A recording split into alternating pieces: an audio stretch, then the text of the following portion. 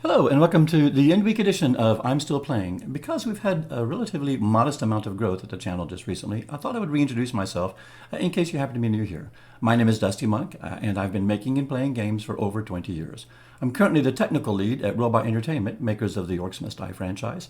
And in the past, I've worked on some fairly major franchises, including Age of Empires, Age of Mythology, Halo Wars, and Ready to Rumble Boxing.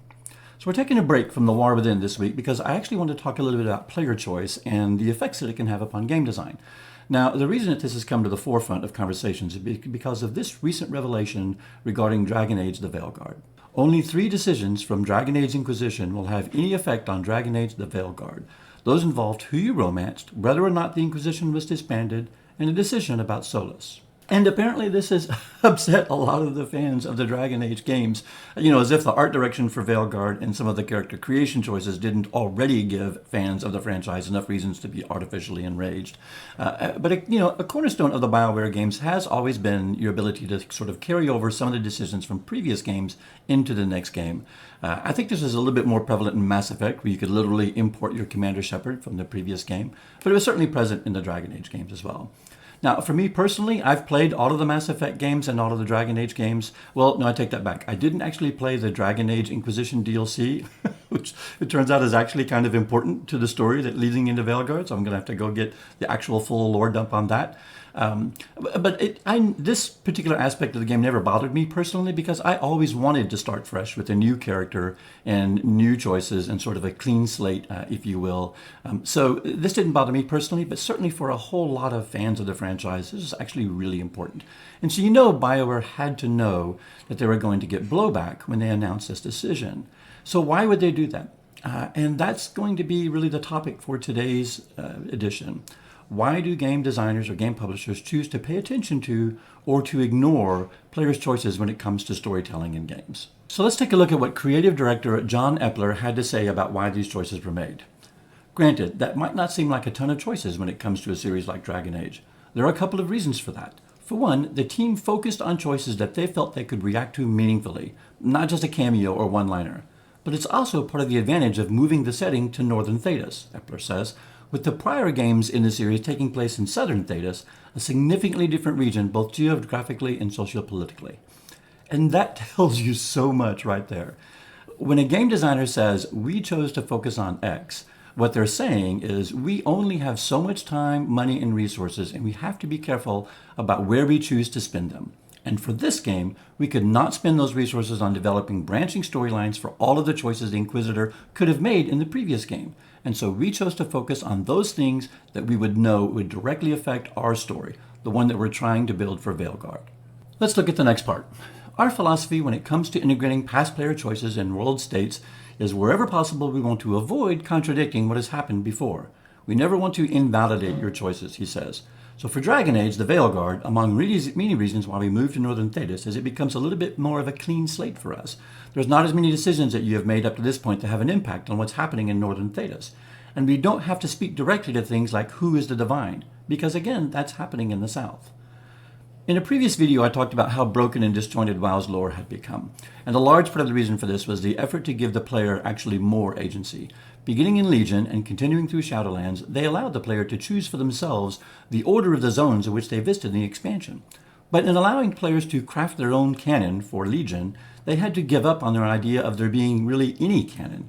It was much harder to tell a cohesive story, which is why they abandoned that model in Dragonflight and The War Within.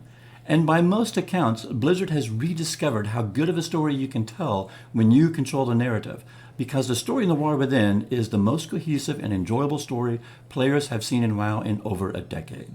So when John Epler is telling you that they moved the Dragon Age story to Northern Thedas and set it 10 years after the Inquisition, what he's really saying is that while we respect the choices that the players made, we have our own story to tell.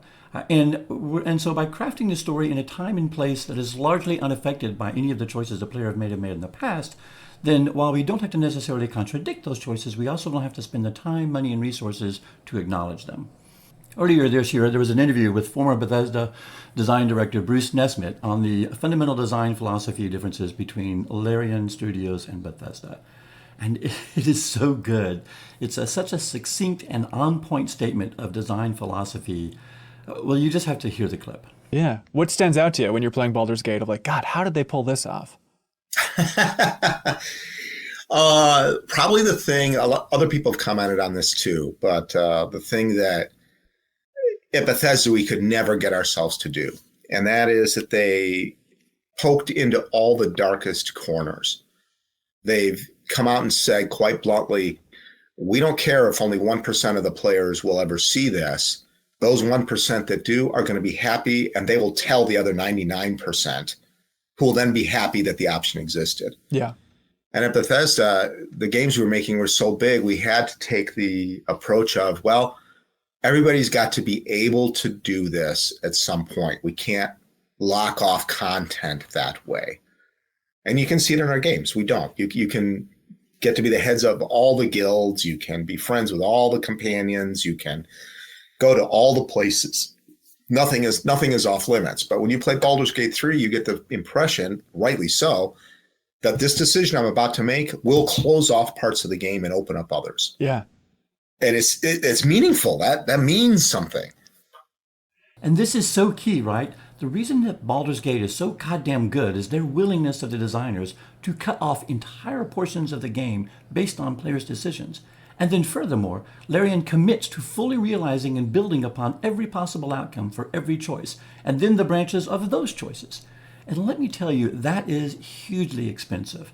And it's so extraordinarily rare in the game industry. Most studios, most publishers, to a publisher, wouldn't even dream of letting you make a game that way.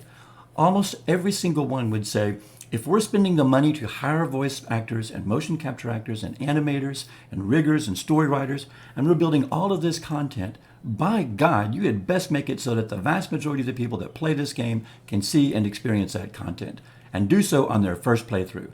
Which means that from me, publisher, to you, developer, it's okay if your choices matter, but really only to a certain extent. And that's what you're seeing here with the Veilguard.